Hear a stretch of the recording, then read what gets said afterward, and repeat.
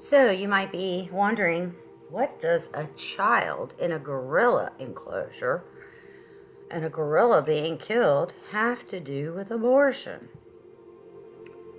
Well, I'm going to explain to you what it has to do with it. When this child fell into the enclosure and the rare silverback gorilla had to be killed to rescue the child and protect the child, there was an onslaught, and I'm talking all across this nation and even in Europe and other places that saw this, screaming about the killing of that gorilla, calling for the parents to be killed, demeaning human life of a 4-year-old child, and how a rare silverback gorilla should be regarded over human life, especially a child. That's what they're saying. It was such an eye-opening alert to me for the spiritual condition of humanity, that we would regard an ape, a gorilla, over a child that is born, walking, talking, and going into the world. That is sad. That is really sad. Although the majority of those kind of people believe they came from a gorilla, an ape, because they believe in evolution. So do you see the harm that's been done to humanity? And when we have no regard for human life of a child, what kind of a sick society we become. And then there's outrage when a young girl puts her baby in a garbage can or a dumpster or flushes it down the toilet. But yet we, as a society who's so sophisticated and intelligent,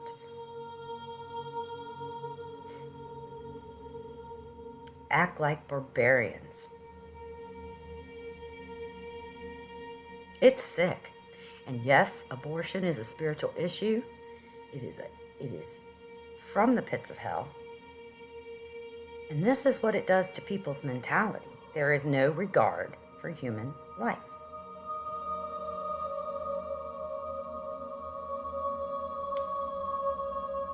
And people will cry out about a gorilla and blame a 4-year-old child who, by the way, they had to correct that enclosure after that because it was just able for anybody to go under this little itty bitty fence. But it all turned out to be about the parents. All turned out to be about the child being horrible. Well, I'm going to tell you something, what horrible is. Horrible is this country and the way it believes. Did you know the United States is only one of 7 countries in the world that permit elective abortion past 20 weeks?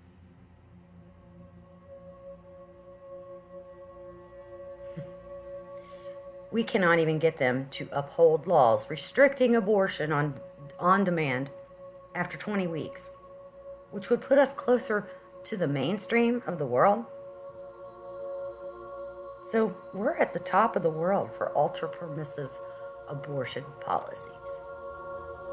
And I'm going to show you how horrible that is, because it's disgusting. We are the leader baby chopping mill in the world, and we send money all over the world to do it. Well, I want you to know about Amelia Taylor.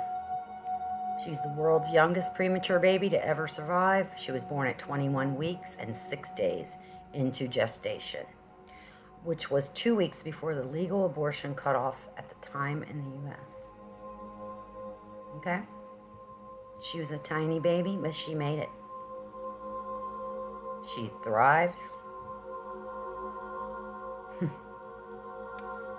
That looks little to you, but wait till you see how little that really is. Tiny little thing. How precious. What does that tell us? Look at her tiny little feet in the doctor's hands.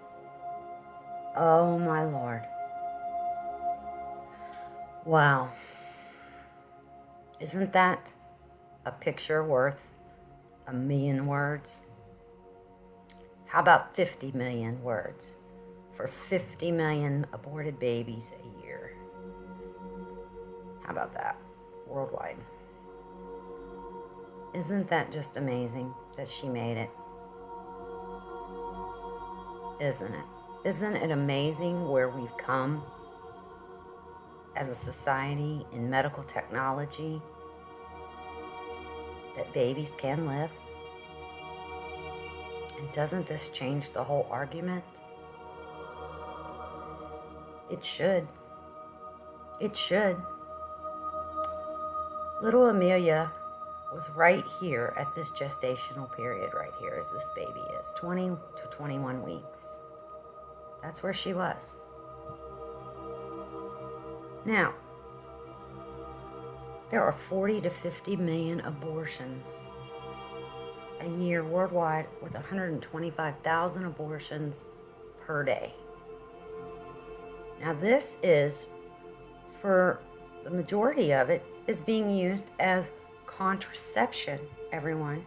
Birth control. Let's not say contraception, because contraception actually prevents a pregnancy. This is using surgical abortion for birth control. That's what we're doing as a human race. So can you just look at the outrage of the Holocaust and then compare that to abortion?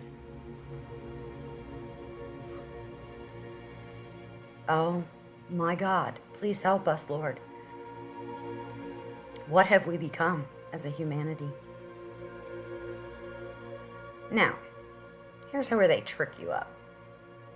They tell you overall abortion has a low morbidity rate. Less than 0.3% of women undergoing legal abortion procedures at all gestational ages sustain a serious complication requiring hospitalization. The rate of complication increases 38% for each additional week of gestation beyond 8 weeks. Well, guess what? The majority of them are done beyond 8 weeks. And you can do the math. 0.3% of 50 million women die having an abortion. A legal abortion. Wow. But you know what they want to tell you? They want to tell you those are unsafe abortions. What a crock there too. Because I'm going to tell you something. Every time you have a surgical procedure, you run a risk of a complication. Some people die just from anesthesia.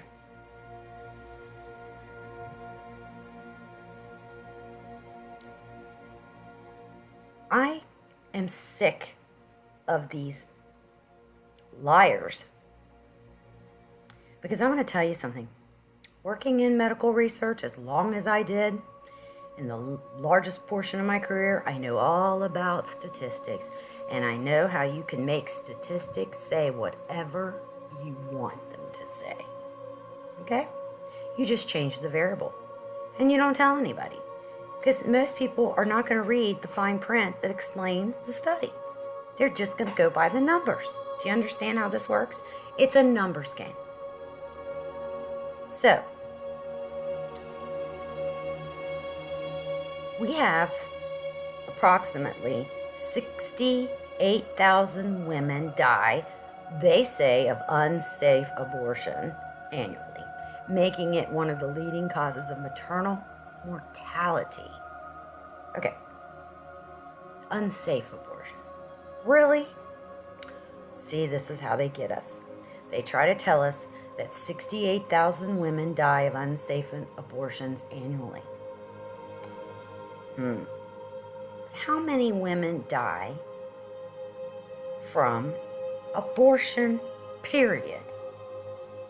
Well, let's do the math, shall we? Oh, but we can't. We can't. We can't do the math. Because you know why? There's no accurate statistics to do it by. And here's another one of their little scams. Okay? They're reporting that there's a rise of deaths in women from childbirth. And it's a complete lie. What they've done is they've changed the way they report deaths. So they're collecting death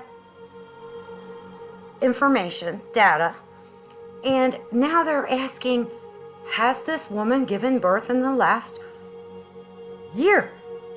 Okay? Used to be 42 days. Now they're looking at a year. Okay? I'm sorry, but you could be run over by a banana truck the year you gave birth. It has nothing to do with dying because you gave birth. See, this is the elusive little games they play in research and statistics. And it's how most of our medications and procedures are approved by the FDA because the numbers get fudged. You can make someone say anything they want about a statistic.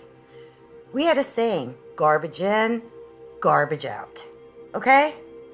And sometimes they intentionally put garbage in because you can manipulate it any way you want. So now they're trying to tell women that, there's an increase in deaths from just having regular childbirth, from having a baby. Oh, it's dangerous to have a baby. You could die from having a baby. Hey, you can die walking across the street. Okay? Listen. Medical technology is so advanced beyond any time in history.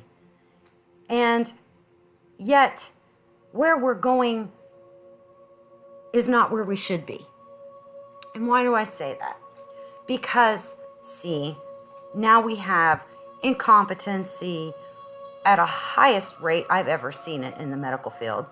We have a spiritual sickness in the medical field. We have people looking at old people thinking you've lived your life, you are just a tax on the resources. Listen, I can take my father, who's 86 and bedbound, into the hospital. And not all, but these younger doctors that are fresh out of school look at you like they don't want to be bothered with this 86-year-old man. His life is over. He has a life in the bed. So why should we do anything to address his issues? You can see it on their face. It's in their attitude. And it's in how they prescribe the treatment plan. It's disgusting. There is no respect for human life, whether it be in the womb or at the end stages of life in the elderly and the handicapped. I could go on and on and on about this, but this is a sickness, people. This is a sickness in our society. It's demonic. When you have no regard for human life. Listen, God's in charge. And He puts life in the womb and He takes people home. And if someone's still here, then God has a purpose for them to be here. But see, man likes to play God. And that's exactly what abortion is. I'm not going to get off on the whole tangent of the medical society these days. But you have to realize who is teaching these people.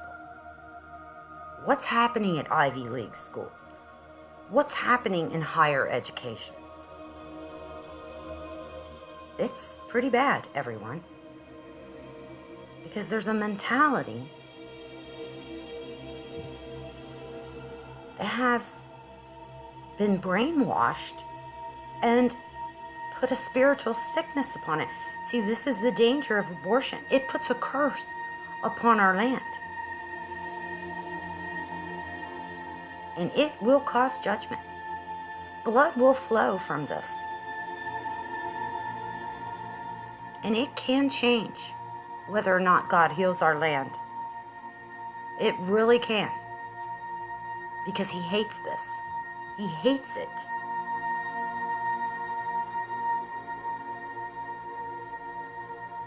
So,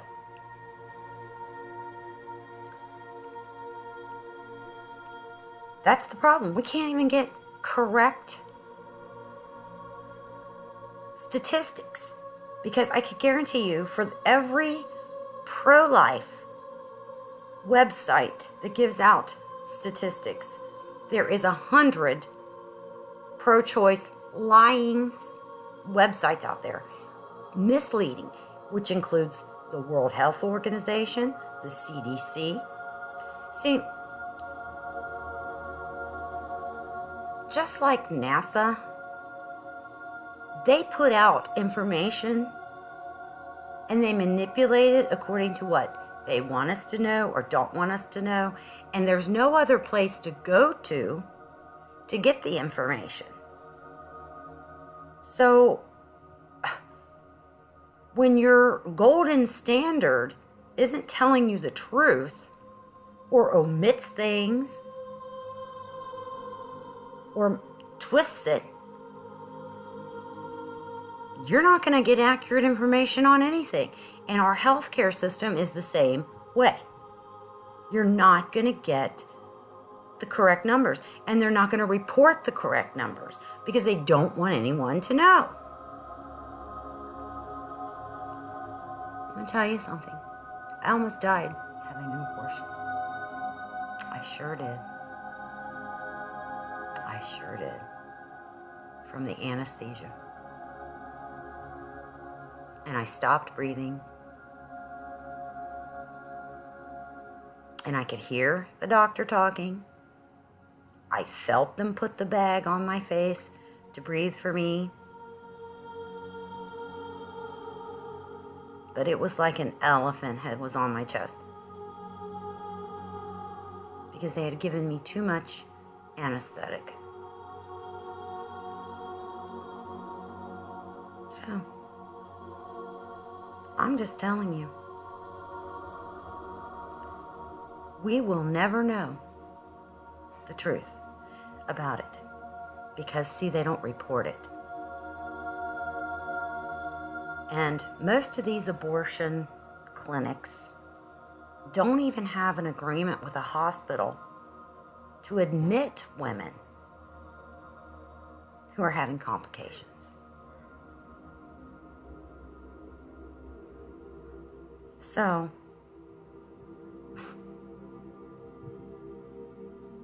because it's a liability for the hospital.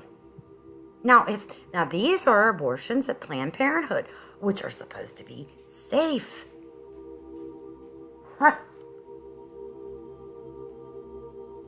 We have to wake up, America. We have to wake up. The lies, God told us that he'll never flood the earth again in ways to destroy evil. He will consume it with fire. But he does tell us that there will be a flood. But it's not a flood of water. Yes, there will be floods, but not a destructive flood. You know what the destructive flood is in the end times? It's lies out of the dragon's mouth. Lies. A flood of lies. And people, we are drowning in that. We are drowning. They want to make us believe things that are not true. And make us believe things that are true are not true by omitting them. It's a manipulation. It's a numbers game. So, we've covered the first trimester. And it's hard to stomach to know that there are abortions going all the way up past 20 weeks. And we've not even got to the second trimester yet. We've not covered fetal development past the 13th week. And you know, when you looked at that, that was clearly identifiable as a baby. This is what they'd never want you to see. They never want you to know. And until America wakes up and gets educated and knows the truth about abortion, and I haven't even thrown in the procedure, what it does.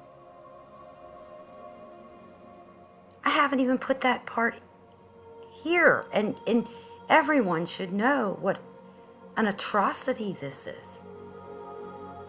That this is killing another human life. A life that could even be sustained outside of the mother.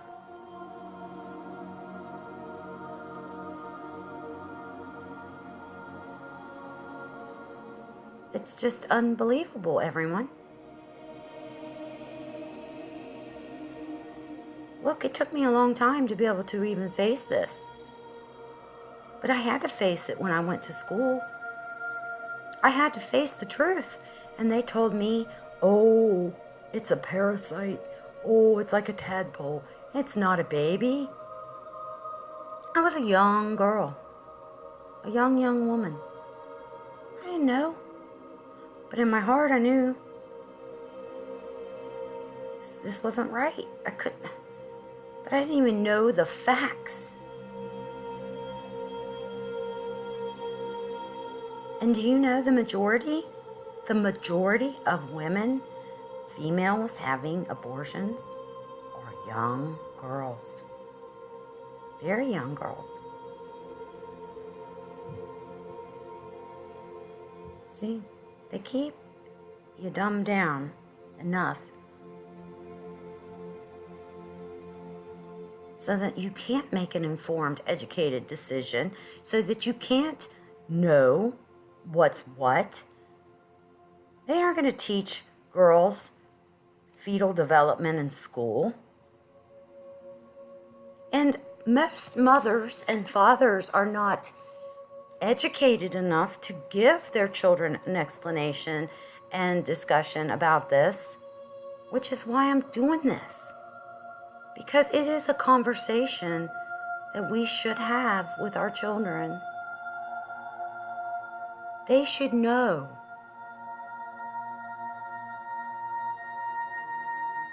Because the youth is the future. And if we have an educated youth, and we have people that know the truth, they're going to make a different decision, everyone. I feel this is decades too late. But you know what? We have to do the right thing. And though the world may collapse tomorrow, we have to live every day just like we were going to be here all of our lives, or that life will continue. We have to live that way, but we also have to be aware of the times. But when there's a job to do, there's a job to do. And people are having abortions every single day. And the sooner we can stop it, the better. And it's all about education, everyone. It's about telling the truth. And now we're giving a platform to finally speak it.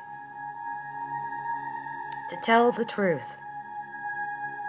So, with that said,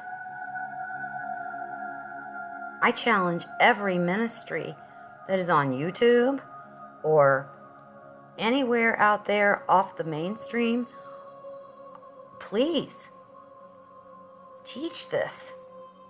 Share it. The responsibility is at the pulpit. It begins with each one of us. Each one of us. We all have to step up to the plate. If we don't, what are we? So, I hope I've shown you that it is a spiritual sickness and condition. And just remember, Revelation 12 talks about Mother Israel. It's talking about the birth of Christ. It's also talking about the church. Do you see now why the dragon has come after the unborn? Do you see what the dragon is doing?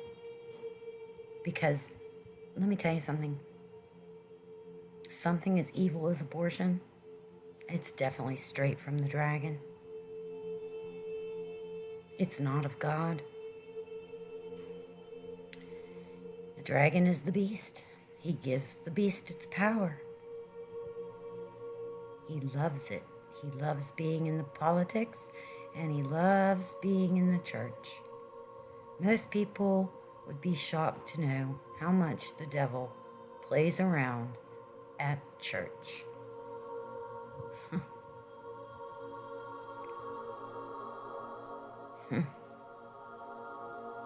Why? Why has the church been so silent? Oh yes, they say they're against abortion, but what are they doing? Why are the young people still having abortions?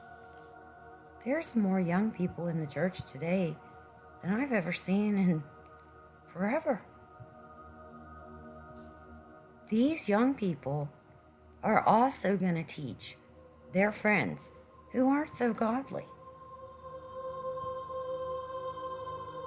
We have failed flat on our face about this issue.